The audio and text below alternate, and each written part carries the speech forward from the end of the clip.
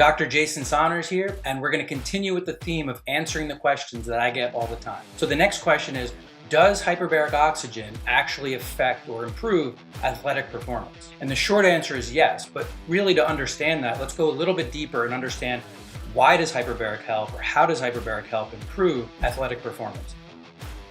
So there's a few different ways. Number one, we have to understand what athletic performance is about and what are the changes that happen to our body as we are competing, whether that's, even mental performance or, physical performance. As soon as we start requiring more activity, the body starts to shunt blood to the working tissue. In other words, if I'm running, my body will start to shunt more blood to my legs. Why?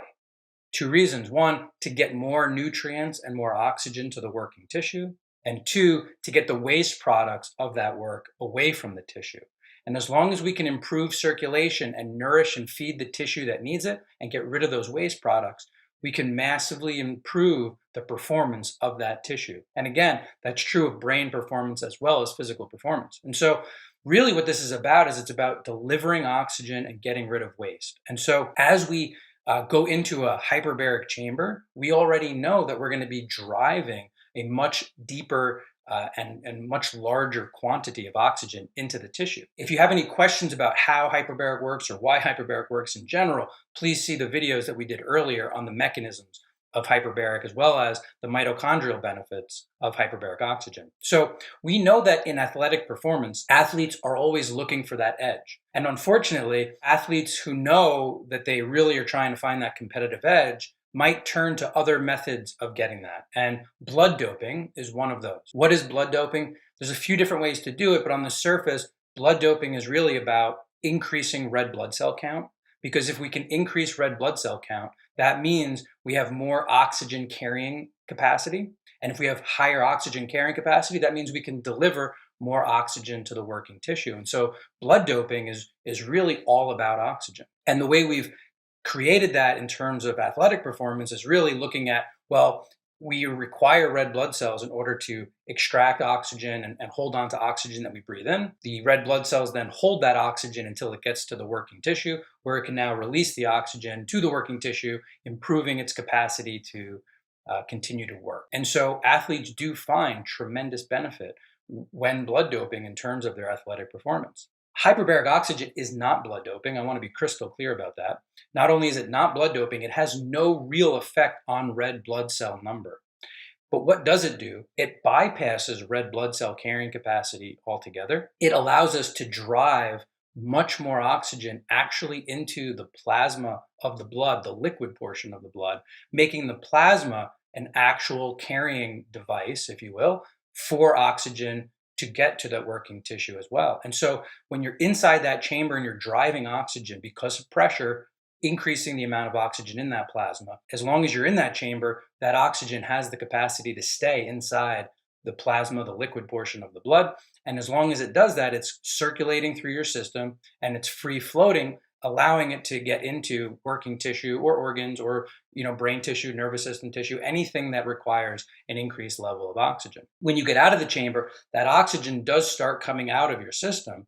However, as it starts coming out, it's not inert, it's actually very useful. And as it's coming out, it's actually interacting with all of your cells and your tissues, further nourishing them and delivering that oxygen for the cells to be able to, again, increase their capacity to work. If you find these videos helpful, please click the like button. Please subscribe to the channel.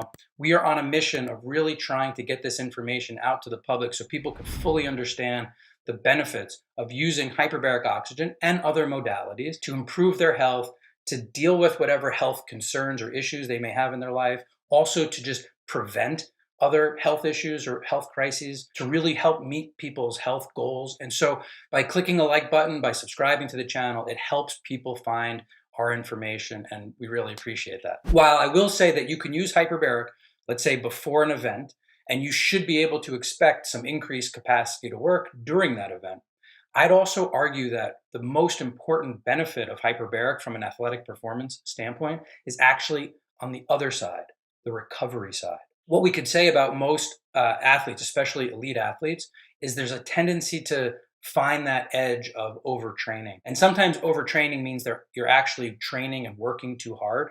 But a lot of times overtraining is just an imbalance between how hard someone's training and how well they are recovering. And if we can improve their recovery in between training bouts or improve their recovery in between games or events, now we can really start to improve performance. And so while yes, I do think there's a direct effect of driving more oxygen into the system and allowing for an increase in performance, let's say, of that day, I would also say that on the long-term use of hyperbaric and specifically creating hyperbaric protocols around the recovery phases for that athlete, you are going to see much greater increases in performance because as a result of improving recovery, you're automatically going to be more prepared for that next training bout or that next event or that next game. To me, it's really the long-term use of hyperbaric in between that creates a much greater benefit for an athletic performance than the actual use pre-event from an athletic performance, although both I'm sure would work great. I'm also going to link a study that was done, and this study that was done was really looking at just because you're getting increased oxygen, does that mean you're really increasing the capacity to work? In other words, if your body needed more oxygen, wouldn't it just bring it in? Why do we need this tool to deliver more oxygen? And just because I'm saying that you can drive more oxygen into the cells, that doesn't mean your body's going to use it if it doesn't need it, right? So this was a study looking at how does the increased oxygen affect mental or cognitive performance? How does that increased oxygen affect physical performance? And most importantly, how does that oxygen affect dual tasking? In other words, if we ask somebody to do a cognitive task, pre and post hyperbaric, does that task improve? If we ask somebody to do a physical task, pre and post hyperbaric, does their physical task improve in terms of capacity for work? And if we do something even more complex, doing a cognitive assessment while also doing a physical assessment, can we see that dual tasking also improves? And the link to the study below shows all of the above. It shows that the cognitive performance went up. It shows that the physical performance went up, as well as the dual tasking. And so, yes, if we do drive more oxygen into the body, if we can drive this free-floating oxygen into the plasma and deliver it effectively throughout the whole body, can we expect an improvement in performance? Absolutely, yes, we can. So please take a look at that study below, and see you next time for the next video.